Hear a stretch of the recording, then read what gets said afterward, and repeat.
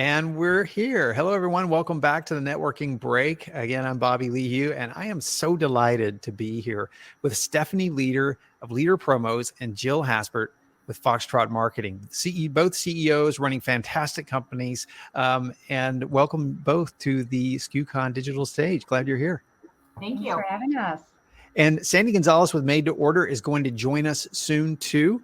As you know, it's a live event. Anything can happen. So every now and then we'll have some technical challenges and we're working those out. But she should join us on stage here in just a minute. But we're going to get started right away because this is probably one of the most popular and hungry topics that we're going to talk about. And this is about growth. How you and your team have navigated growth through the years, particularly over the past couple of years, but then also how you're changing your organization as you move forward. So we're going to start with Jill first. Jill, to introduce Jill to everyone, Jill is the CEO of Foxtrot Marketing Group, part of the Miller Locks Corporate Ventures. Tell me if I'm pronouncing any of that wrong, Jill. Family of companies, which supports the Miller Locks band of Ojibwe. It's an astounding organization you're a part of. Foxtrot is proud to be one of the largest ethnic minority-owned businesses in the Twin Cities. Jill was promoted to CEO in 2018 prior to joining Foxtrot. Jill spent over 15 years in finance, marketing, and general management with General Mills and American Express. So it's great to talk to Jill. Great. Also, Jill, that you have this great financial background. As we talk about growth, I think one of the most important changes any organization can make is to look at its sales team and infrastructure as a whole, particularly as business is changing. Sales has gotten more complex. We're selling through teams more. So one of the biggest changes you made to your organization was a massive overhaul of your sales team. First, why was that important? And maybe paint us a picture of what the before looked like. Yeah, absolutely.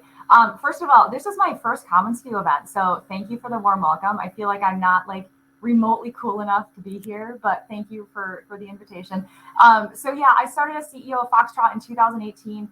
And to be really blunt, when I came in, I thought our sales team was kind of a mess. And I'll explain more about what I mean by that. But I think the main thing for me is they weren't operating as a team, right? It was a loose collection of individuals.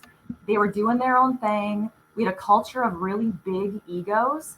And over the years, we had developed multiple compensation systems. And quite honestly, some of those systems weren't fair to those who were participating in them. We had, just as an example, we had some folks on straight commission, some were on a draw, some were on a base plus a bonus. Some were employees and some were contractors. Some used our CRM and some opted out. And like they kind of did whatever the hell they wanted, sold whatever they wanted. It was kind of like organized chaos, or maybe even I shouldn't use the word organized. I didn't even feel like it was. And I'm a believer, like good salespeople love an efficient system, and we weren't offering that type of environment for the sales team to be as successful as I knew that they could be, right? We weren't incentivizing growth, creating career plans. So just overall felt like, complexity and chaos. And I'm a believer that like sometimes complexity is not a bad thing, right? Like sometimes complexity, if it's a competitive advantage, it can be fine. But in this case, I was coming into the industry in 2018. I was the new leader. And instead of upsetting the apple cart right away, I thought like, okay, maybe this works. I don't know. Maybe there's like some magic here that I'm not seeing. So decided to live within this framework for a period of time, learn the industry and kind of test some different hypotheses with this team. And my conclusion after that time was over is that like this way of operating was not serving our employees, our company, our investors in the way that I knew it could be. So we decided to make some pretty major changes. Is that largely because everybody was doing their own thing and there was no systematic way of doing things, or all the above? Kind of all of the above. I mean, so yeah, so when we started this journey of change, right? I mean, right, it was wonderful, painful, stressful, like all of those things up above, because I think we had these ingrained habits of how the sales team operated. And really what we started by doing was some basic like housekeeping stuff, right? We didn't have job descriptions and we didn't have titles. So when salespeople joined us, it was kind of choose your own adventure for a title, right? Like we had like global executive vice president of enterprise account. I'm like, what the hell is that? Like everybody had these different titles, like they meant nothing. So the first thing we did was pretty basic. It was just like creating job families, creating titles, creating job descriptions. We also went through a process that's, we eliminated our contract sales workforce, which I know in this industry, like many business models are built around contract sales. But for me, it was really important with the culture that we're building and the future of the company that the sales team be part of our company, right? Yeah. They are the front lines with our customers and prospective customers. They carry such enormous weight with our trust and our brand reputation. And I wanted them to all be employees. Yeah. That's a risk, right? It's more expensive. It's harder to fire people. But it was really a critical part of the model that we were building. So we moved, everyone from these like crazy comp programs that our payroll people were pulling their hair out over. We moved everyone to a base plus model. The plus is for achievement of specific quotas, specific results. Eliminated the straight commission, eliminated the contract model, eliminated the draws, kind of all of those other complex pieces. Yeah. We actually hired a sales compensation practice to help us think through this, which I think is really critical. I knew a decent amount about sales comp from like prior roles, but I had a lot of blind spots, and I wanted people at my side to advise me through this process and like think things I wasn't thinking and see the things I wasn't, seeing. So we did end up investing in bringing in a big accounting firm that had a sales compensation practice, and they helped us benchmark, and they helped us, think through the legalities of everything. So, think through the HR and the emotional side of things with this big of a change. I definitely had some help at my side, and I would advise anybody who's thinking about this, to do the same. Get help. Tap the experts. Yeah, I love that.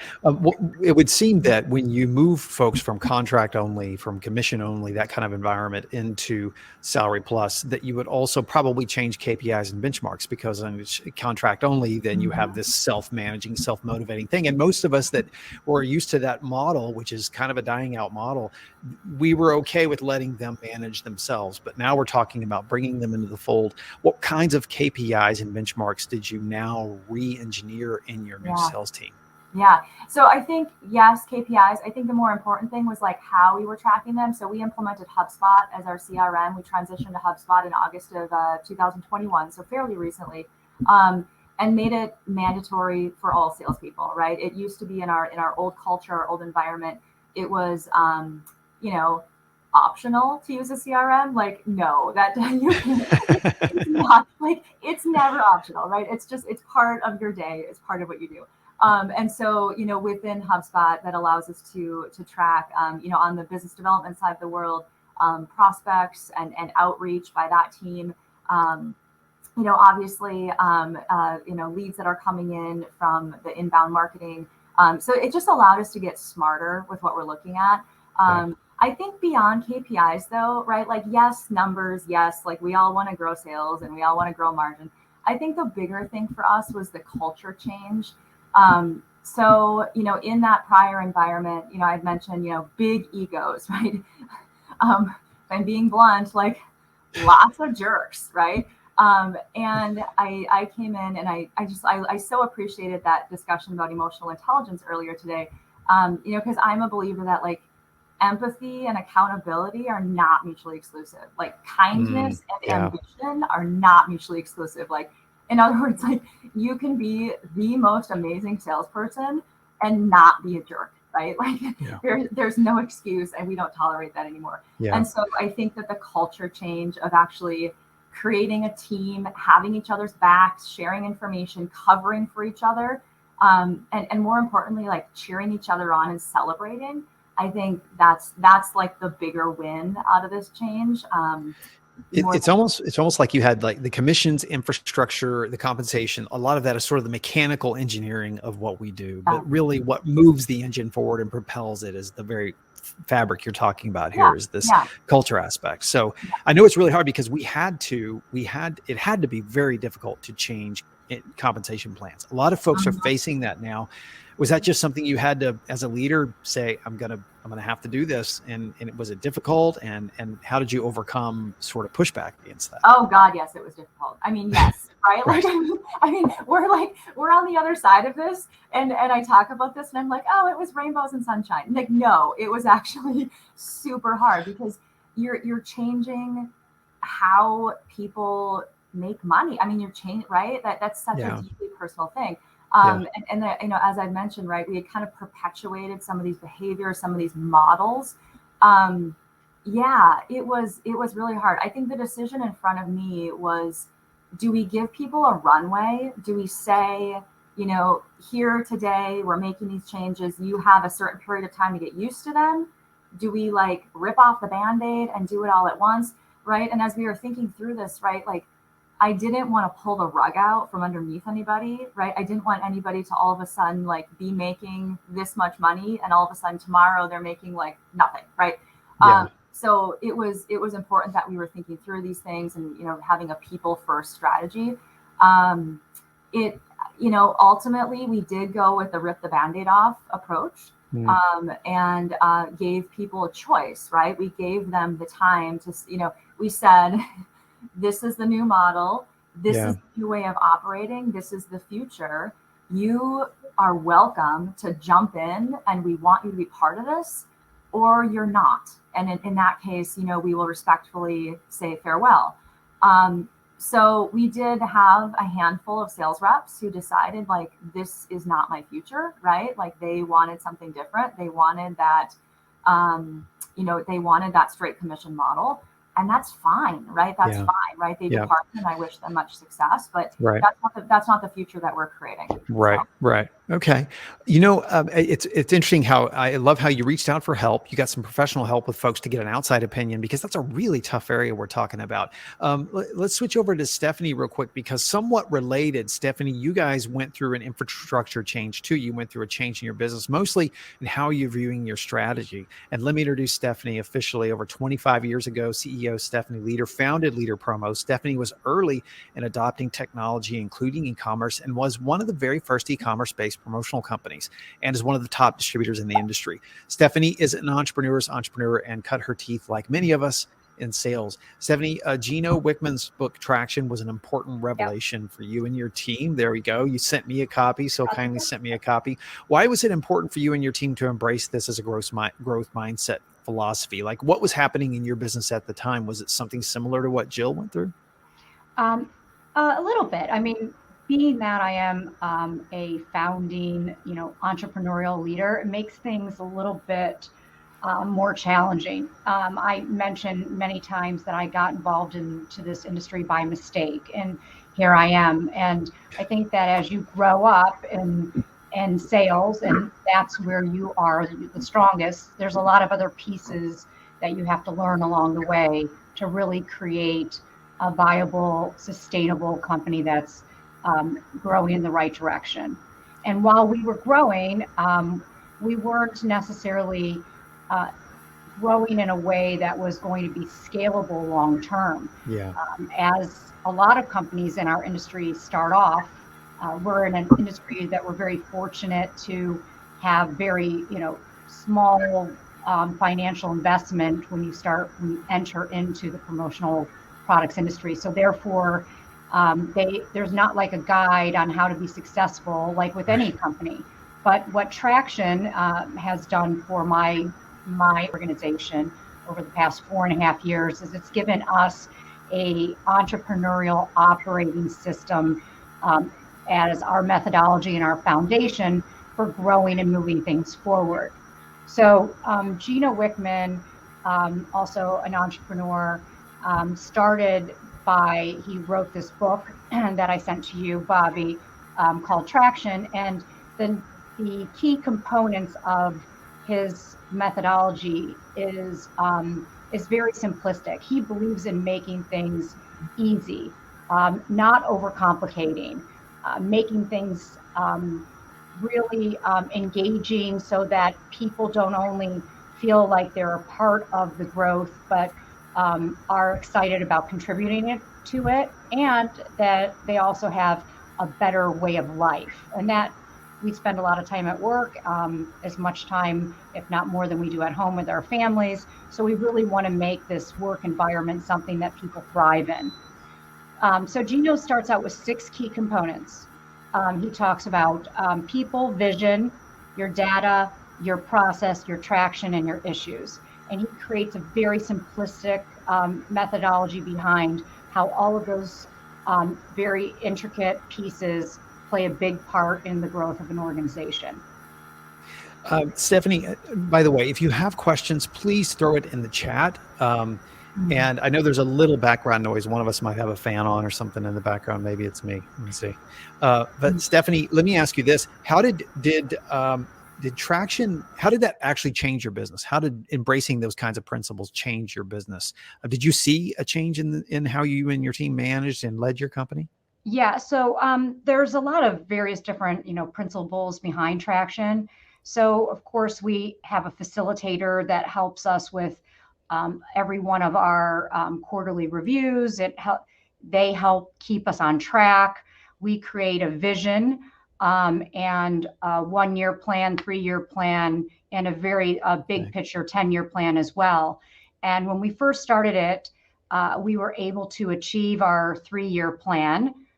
So that was very promising. And not only were we able to achieve it with this amazing growth, but we were also starting to put together the foundation that needed for us to scale at a much larger level. So eclipsing 50 million, which we did, and then heading up to the next level is something that you are very focused on when it comes to operating with these principles in mind.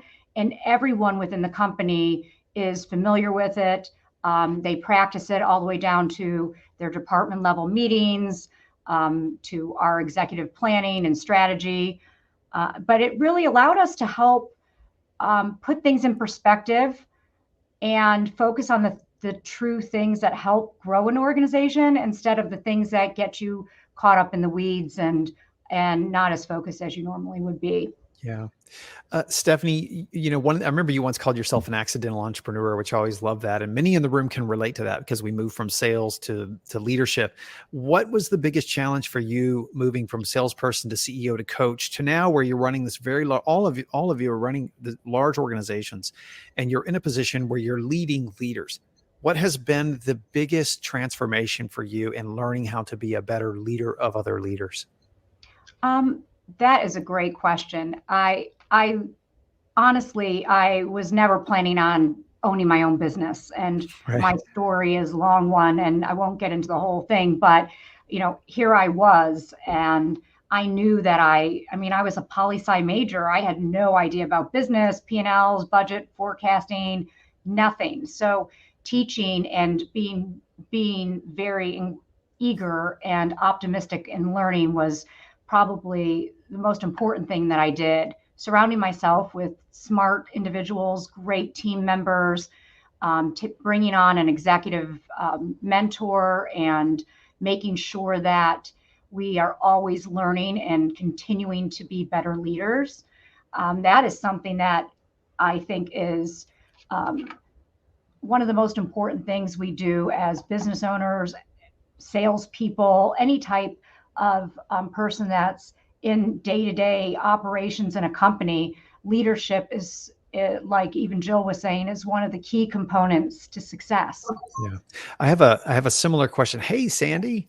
Hi, welcome to the stage, Sandy Gonzales, CEO of MadeToOrder. Sandy, thank you. I know we had some technical problems. Thank you for getting that work out. Let me introduce Sandy while we're here. Sandy Gonzales is the CEO of MadeToOrder, an industry pro with nearly 40 years of experience. And after taking the reins as CEO at $20 million plus MadeToOrder, she was recognized in 2021 as ASI's Woman of Distinction for many reasons, but one was how she helped her team through the COVID crisis. I want to ask a few questions of Sandy, and then we're going to pan back with Jill and Stephanie and talk about this topic of growth and strategizing for growth. Because as we look at organizational growth, a lot of our growth starts with us as individuals, because self-management and self-growth is a big part of this industry. We have a lot of self-starters. It's one thing to talk about leading an organization through seasons of growth, but the real crux is self-management, so the pursuit of your own growth. And Sandy, you have a real passion for this. In fact, you even do this in little micro ways. Like your family, your background is Hispanic. You felt like you were losing that first language. It's your first language, and one of your micro goals was to not read any fiction book that wasn't in Spanish. And so that gives you a glimpse into Sandy's life. She lives her life by little micro goals. Can you share an example of how a sales rep today might set micro goals that roll up into the big results of the organizational growth? Yeah, I feel it's really important. Well, I call them playing games with myself, where I set these little mini goals for myself.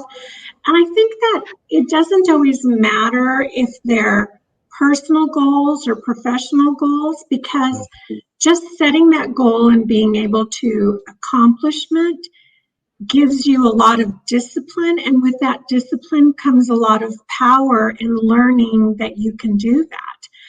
So, I mean, something as simple as saying you're going to make a list of your top 20 accounts and you're going to contact them once a month, and you document that and you track it, it will give you a lot of power to see what happens. So yeah.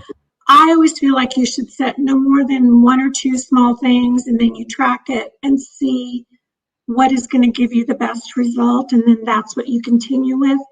And I feel like, I don't know, I read a book once, I don't even know which one, a long time ago, that said it takes 21 days to come up with a new habit. So that's my thing. I have to do it for 21 days. I cannot deviate for 21 days.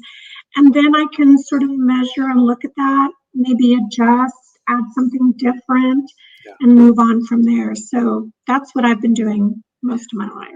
Well, one of the reasons I love, you and I were talking before we got onto the interview, we were talking about micro goals. A lot of us in the industry, we're such dreamers.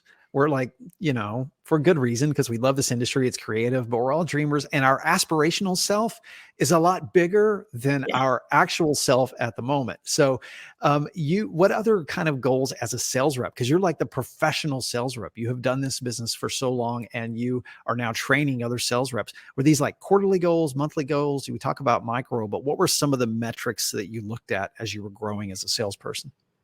So one of the things that I feel like I've learned or done throughout my career is that, we all tend to think, oh, I want to double my sales this year, or, we all go for that big brass ring.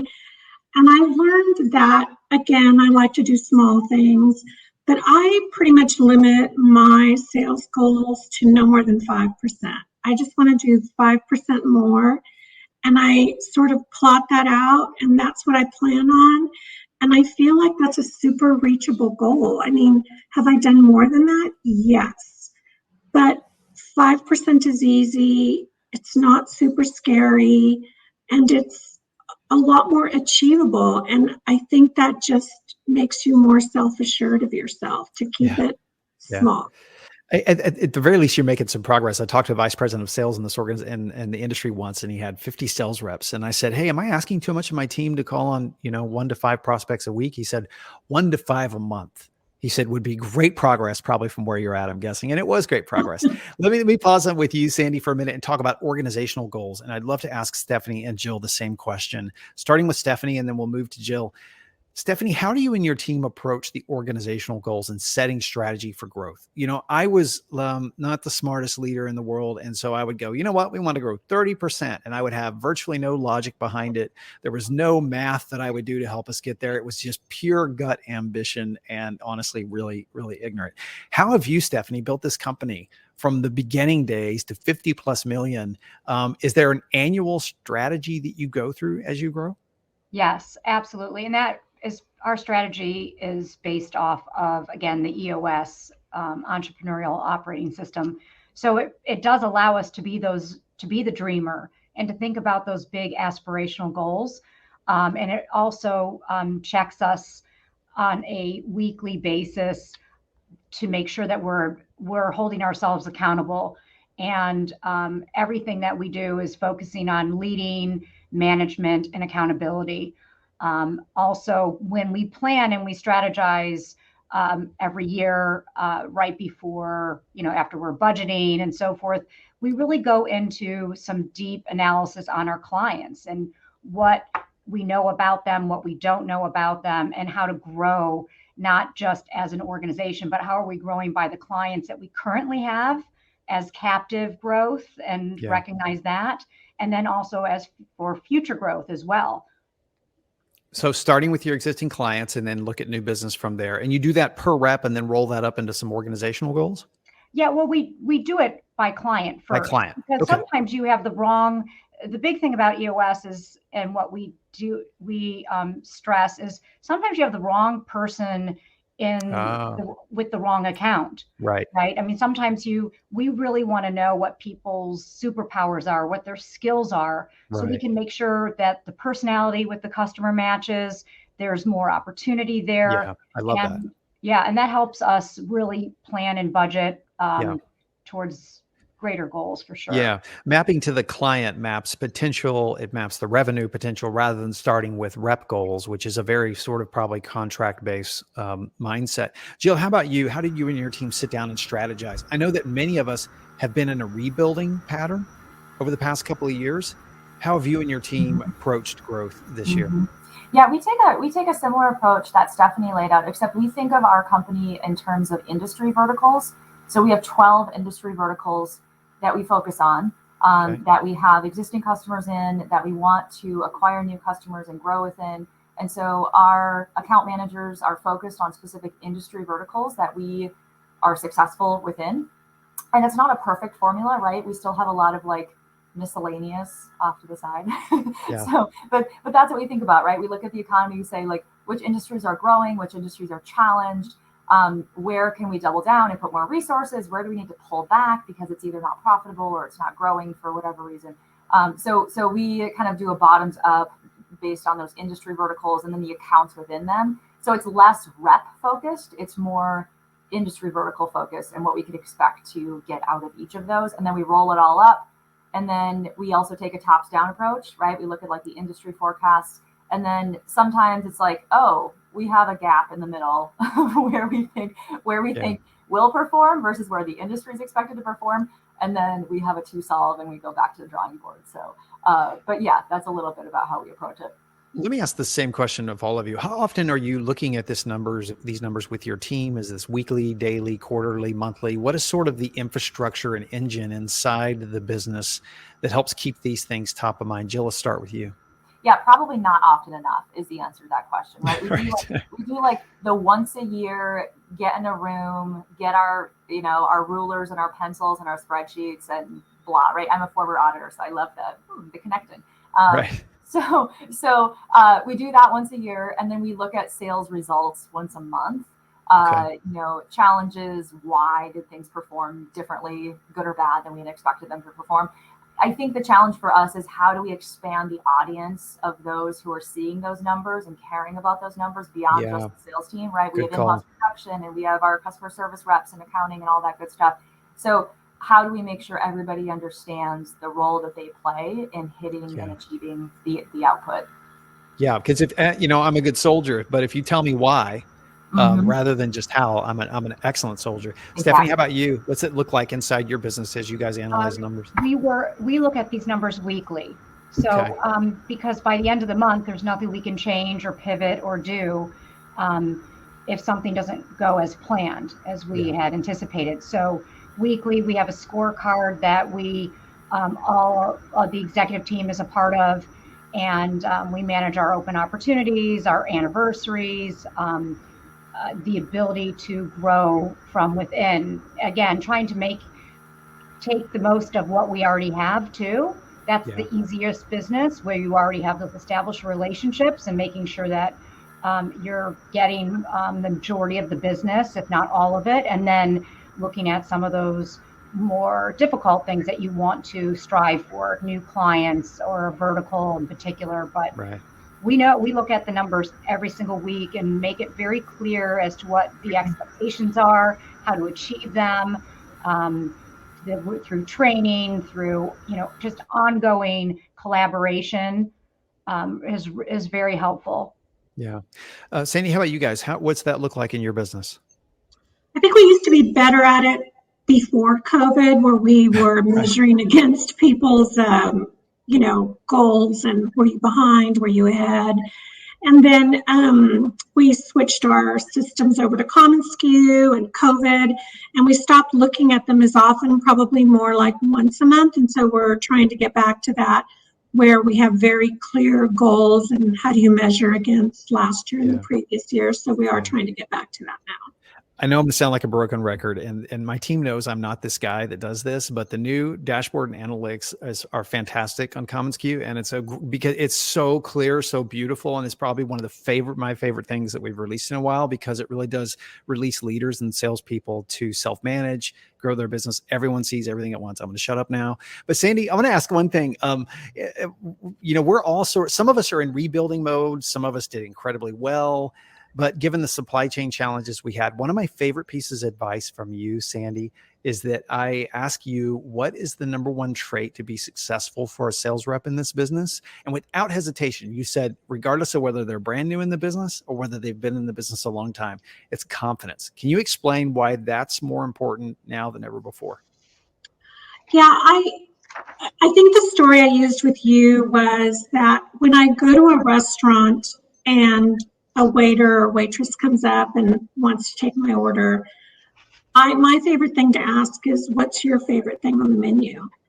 And if they can't be really confident and say, oh my God, I love the blah, blah, blah, it's my favorite dish, whether I like it or not, it causes me pause, because I think, how do you not know what you like, right? And it's almost the same thing anywhere I go where I want to be sold something. If you can't instantly tell me what your favorite is, I'm going to have a hard time buying from you. And so I feel it's the same way with our clients. Like when they come to me, if I can't immediately name, oh, this is my favorite thing, or this is what I love, or this is my favorite little toy to play with, then how am I going to instill that confidence in them? So I think it's really important to have confidence in what you like, whether your client likes it or not. I like that too. I like the confidence factor, because if there's one thing that has been hard for all of us, it's just the shaking of our confidence, given some supply chain issues. We don't really know what's going on with stock and things like that.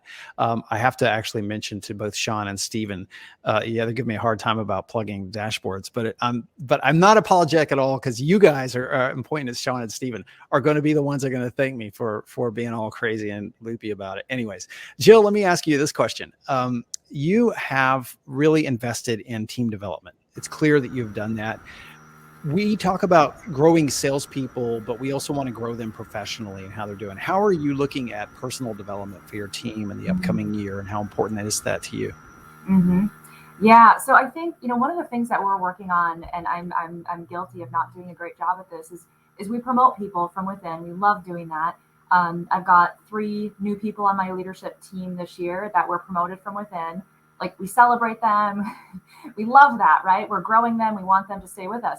But then we plunk them into these positions and we say, go get them, Tiger, go get them. But we don't actually teach them how to lead, right? And in this case, these are brand new leaders. They've never led teams before. And so I think one of the things that I'm working on is, how are we teaching our leaders to lead, not just to manage. I think managing is easy. Anybody can read a book and manage something, right? But actually to lead, to be inspiring, to set a vision for your department. So I don't have a perfect answer for you, Bobby, but it's just something I'm thinking about a lot, is how do we not promote people and then expect them to lead, but abandon them and not, hold their hand along the way. So that's a big Yeah. focus area of mine for 2022. No, and I also think it's really important that you made a distinction between leading and managing, because I think a lot of us I can get in that role of management. I want to ask a similar question to Stephanie, but with a little twist. What's your aspiration for 2022, or as the CEO, what are your primary initiatives you hope to launch? So, with all three of you, there's likely one or two or three big initiatives you have on your desk at any time. And is it technology, hiring, team building, development? If you had to narrow down your focus for the next 6 months, Stephanie, and you had to say, we're going to be investing in this and this, what would it be for you? Well, I wish I could narrow it down. When you said all of those things, yes, we're focused on technology, of course, is one of our cores. We're also focused on team building, culture, like Jill as well, development and developing our people from within. We have a focus on, just driving success through the people that have really given this company, their time and have spent a lot of their energy trying to grow themselves. And we're trying to develop more people to be able to take on different leadership positions. But like Jill was saying, that differentiation between management and leadership is vast and very vast. And I think having a company and working for an organization that invests in their talent that they have and making sure that they're in the right seat is a plus for any aspiring salesperson or executive or administrative colleague that we have here. Yeah. Well, I want to commend the three of you, not that you need it from me, but talk about leading through the past couple of years has been quite a challenge, probably more so than most of us have ever seen in our careers. And I'm curious what that has led to you as a personal, in your personal development as a leader. What has changed? I know this is a hard question. It's a very open question, but I'd love to close on this question. Is what has changed for you as a leader intrinsically? What have you learned through the past couple of years that's going to help you move forward into 2022? Jill, let's start with you. Oh, golly. That's a big question. I know it's a big question.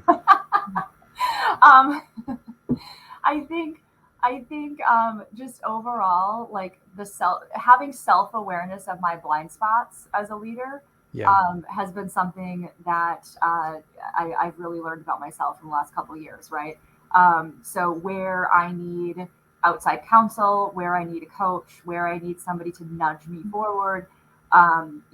Prior, I was like, hey, I got it, I'm good, right? I'll figure it out. I always like, I'll figure it out. And in some cases, it's like, yes, you still need that attitude, but you also need people like your own personal advisory board to make up for things. And that allows me then to focus on like the towering strengths, like do more of what I'm really good at and make that be my differentiator. And then have people who can kind of pick up the other pieces that I'm not so good at. So I'm not trying to do everything. I love the idea of a personal advisory board. We should all have a personal advisory board, formal or informal. We should all have a personal advisory, because there's a difference, right? There's the business, that's the entity, but then there's you as a person that is developing. So that's great advice. Sandy, how about you? Well, I took a lot of notes during that earlier session about managing with empathy or whatever that right. one was. And I realized that we have been doing that more so during COVID and being very aware of our employees who all had to go remote and my kids home from school. And so we've been a lot more flexible. And we've learned that we can do it remotely. And so I think that's been a huge win for us.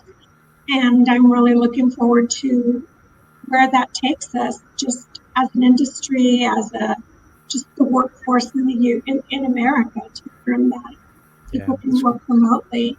And also being really transparent with the team, because I don't know if we're right. I don't know if we're doing it right. And we're just going to give it a try. I mean, I don't have all the answers. I'm just going to do my best, right? I love Sandy, and I love that refreshing honesty, because you've been doing this business for a long time, and we have to admit when we don't know that we're doing the right direction. The business has changed. It's always in a state of flux. So thank you for that. Stephanie, how about you? What's really changed? I know you have had quite a transition over the past couple of years. You have this massive team that you had to figure out working remote like many of us. What have you learned as a leader over the past couple of years? And another way to frame this question is, if you're sitting down with a person that's new in the business and they're about to start their journey, what is it as a leader you've learned over the past couple of years you would share with them? I always tell people, if COVID has taught us nothing, shame on us. Like we need to really learn from what we've experienced over these past couple of years. And the most important word that comes to mind is caring. Any individual that is a part of our organization that cares about what they're doing, what the outcome is, the people around them, those are the types of people that we want to be a part of our organization. And I say that because when we, like Sandy was saying, when people were going remote and moms were at home teaching their kids, various different school topics and at home learning and all these things. I mean, I personally can tell you, I don't know if I could do it. And I commend all of the parents and trying to be able to balance their lives with what has happened. Even, with the kids and the way that they're learning today is from a social and academic lens is really frightening. It's scary. And it kind of puts things in perspective, right? Yeah. What are we doing this all for? And it helps you prioritize a little bit better, become more self-aware, and appreciate your relationships and you appreciate your health, because you don't know when it could change. Yeah. Savor the moment. Well, Stephanie, Jill, Sandy, thank you so much for your time, for being willing to share your expertise. I'm amazed and I'm so happy to be on this interview with you. And I appreciate you sharing your expertise with the audience. And I hope you guys have the most amazing 2022 ever.